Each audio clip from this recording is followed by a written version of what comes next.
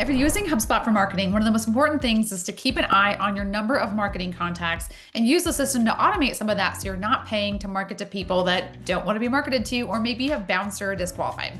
So we're going to use a workflow to manage all of this on the backside. You can also adjust some parameters on the front as well, but let's dive in and show you how this works. So here we're going to be in our workflow, and we're actually going to use lists for an enrollment trigger in this particular case because we want to have the ability for these contacts to re-enroll. So before we jump in here to the workflow, we're actually going to jump over to these lists that I created in advance here. So we've actually got 4 lists that we're going to be using in this particular example. So the first one, we're going to have email hard bounces are known. So in this case, the parameter is email hard bounce reason is known. So these people have an email that would have bounced, so we don't want to pay for them to be marketing contacts. Opted out of email, this one we're going to be opted out of all marketing information. Again, if I edit this filter, we're going to select all of the email subscriptions that we currently have, and then we want to make sure to not market to those folks. So that's one. The lead status is unqualified or do not contact. So in this case, we have a lead status, and that happens to be a field that we use internally to help us determine whether or not this person is actually going to be worthy of our follow-up or our marketing. So in this case, if they say, don't ever contact me again, not worth paying for, or unqualified.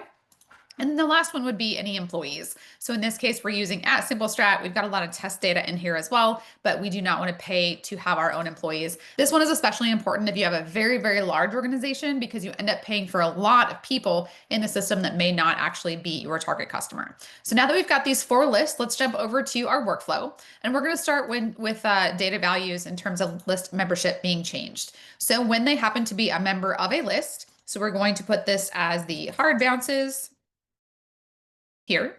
So if they then become a member of this list, or if they become a member of the opt-out newsletter here, and then another criteria is going to be that other list that we have of employees here. And then our last one's going to be the list of disqualified.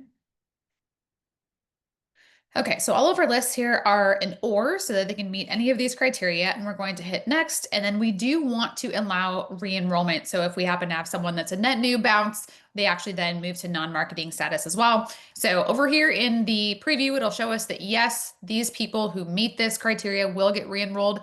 Lists are also the reason why we do this because you cannot re-enroll based on a status specific property for lead status or lifecycle stage. So we're going to actually use our list here.